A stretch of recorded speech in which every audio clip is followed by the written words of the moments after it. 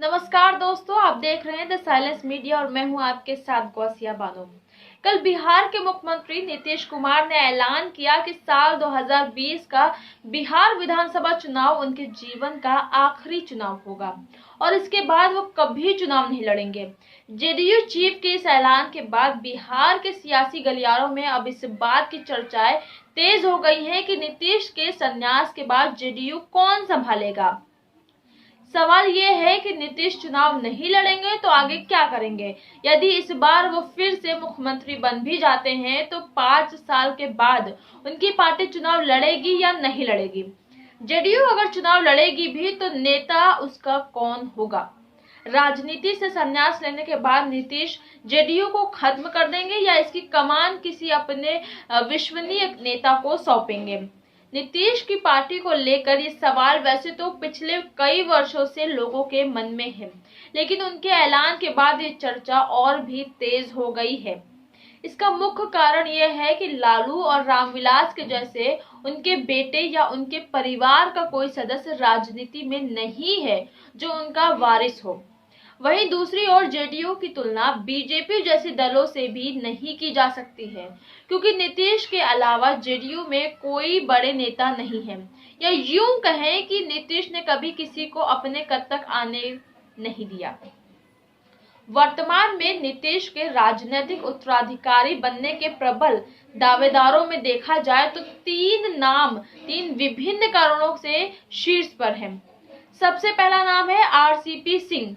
कम ही लोग जानते हैं कि मीडिया सुर्खियों से ज्यादातर दूर रहने वाले आरसीपी सिंह की जेडीयू के तमाम बड़े फैसलों में अहम भूमिका होती है। नीतीश जब रेल मंत्री हुआ करते थे तब भी आरसीपी से उनकी दोस्ती हुई थी और पिछले 25 वर्षों से वह नीतीश के पीछे उनके ढाल बनकर खड़े रहे हैं। खास बात है कि वह नीतीश की जाति और उनके जिले से ही आते हैं। बिहार की राजनीति में दबदबा रखने वाले जेडीयू का बेस वोटर्स भी इसी जाति के लोगों को माना जाता है। ऐसे में पार्टी के बेस को कायम रखने के लिए आरसीपी सिंह एक सही फैसला साबित हो सकते हैं। आरसीपी सिंह के बाद जिस व्यक्ति की सबसे ज्यादा चर्चा है वो है वशिष्ठ नारायण सिंह। वशिष्ठ बाबू का जेडीयू के आंतरिक फैसलों में बड़ा रोल माना जाता है। वशिष्ठ पिछले 3 दशकों से नीतीश के साथ जुड़े हैं और साल 2010 में कुमार ने उन्हें जेडीयू का अध्यक्ष भी बनाया था। जाति से राजपूत होने की वजह से उन्हें पार्टी का कमान सौंपने से उच्च जाति के लोग जेडीयू के पक्ष में गोलबंद हो सकते हैं। हालांकि वशिष्ठ बाबू का उम्र इसके लिए बैरियर है, क्योंकि नंबर 2 के नेता होने के बावजूद वो बुढ़ापे में वोटर्स के नजरिए से योग्य नहीं होंगे और नीतीश को भी ये बात बखूबी पता है। तीसरा नाम है विवादों से जुड़े रहने वाले राजीव रंजन कुमार उर्फ लल्लन सिंह। लल्लन सिंह का नीतीश से नजदीकियों का अंदाजा इस बात से भी लगाया जा सकता है कि कभी राबड़ी ने नीतीश और लल्लन के पारिवारिक रिश्तों पर ओछी टिप्पणी तक कर डाली थी। मुंगेर से लोकसभा सांसद लल्लन सिंह जाति से भूमिहार है और स्वर्ण मतदाताओं को साधने के लिए ये भी एक योग्य और विश्वसनीय ऑप्शन है। बताते चले कि लालू के चारा घोटाले को उजागर करने में भी लल्लन सिंह का अहम योगदान रहा है।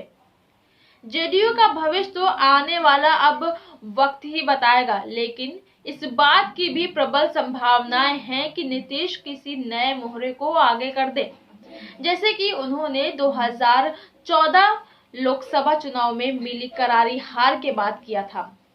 सीएम पद से इस्तीफा देने के बाद तमाम अटकलों पर विराम लगाते हुए नीतीश ने जीतन राम मांझी को बिहार का सिरमौर बना दिया था।